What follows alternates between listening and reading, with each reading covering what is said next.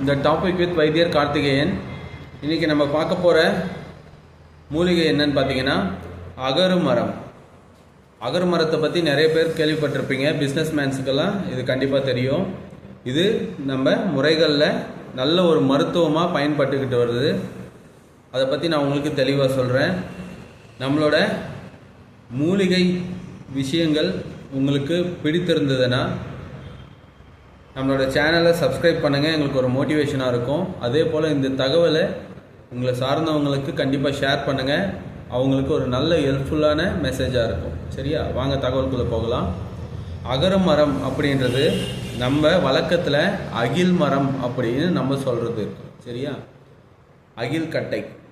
இந்த அகில் கட்டையானது தளர்ந்த உடலை மறுபடியும் இறுகச் செய்யும். இதுதான் இதோட ஸ்பெஷல் பெனிஃபிட்.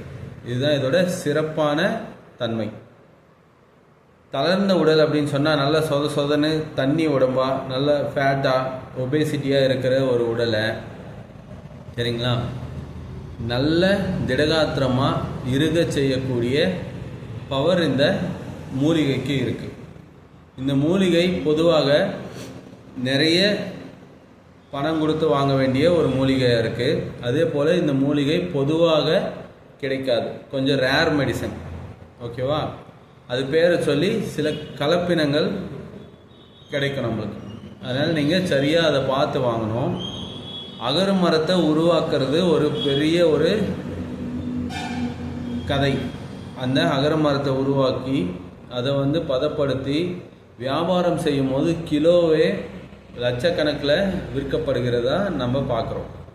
அப்படி இருக்கக்கூடிய இந்த ஒரு அபூர்வமான மூலிகையை பெரிய பெரிய கம்பெனிகள், பெரிய பெரிய கார்ப்பரேட் நிறுவனங்கள் மருந்துகளுக்காக கொள்முதல் செய்கிறாங்க.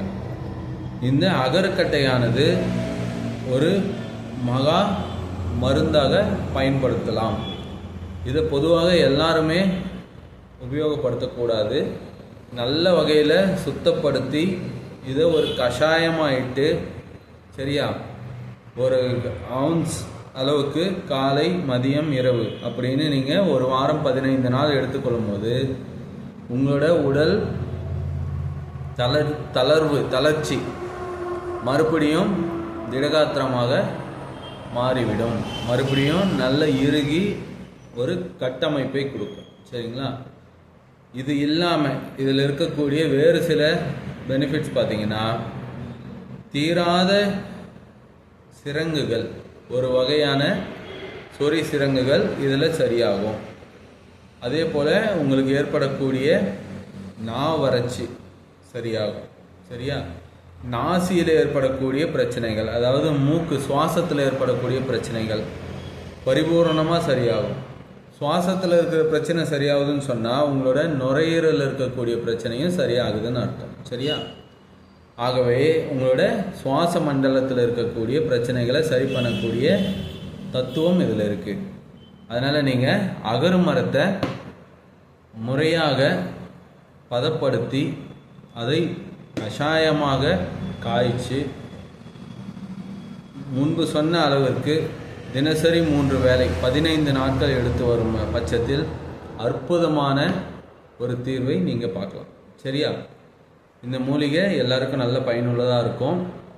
ஏன்னா நிறைய பேர் ஒபேசிட்டி, எனக்கு உடம்பு நல்லா ஃபேட் போட்டிருக்கு, நான் நடக்கவே முடியல அப்படின்னு நல்லா ஃபீல் பண்ணுறவங்களுக்கு இந்த மருந்தை நாங்கள் கொடுத்துக்கிட்டு இருக்கிறோம். சரிங்களா, அப்படி கொடுக்கும்போது என்ன ஆகுதுன்னு கேட்டிங்கன்னா, அவங்களோட வெயிட் அற்புதமான கண்ட்ரோலுக்கு வருது. அவங்க வெயிட் கண்ட்ரோலுக்கு வந்த உடனே அவங்க பாடியில் இருக்கக்கூடிய, சரிங்களா, மற்ற பிரச்சனைகள் எல்லாமே பக்காவாக நிரந்தரமாக சரி செய்யப்படுது. சரியா, அதனால் ரொம்ப சந்தோஷம் அடைகிறாங்க பேஷண்ட்ஸ். இதை மற்றவர்களும் முறையாக பயன்படுத்தி பலன் பெறுமாறு கேட்டுக்கிறோம். அடுத்த ஒரு நல்ல மூலிகையோடு உங்களை பார்க்கும் வரை நன்றி. ஃப்ரம் வைத்தியர் கார்த்திகேயன். பாய்.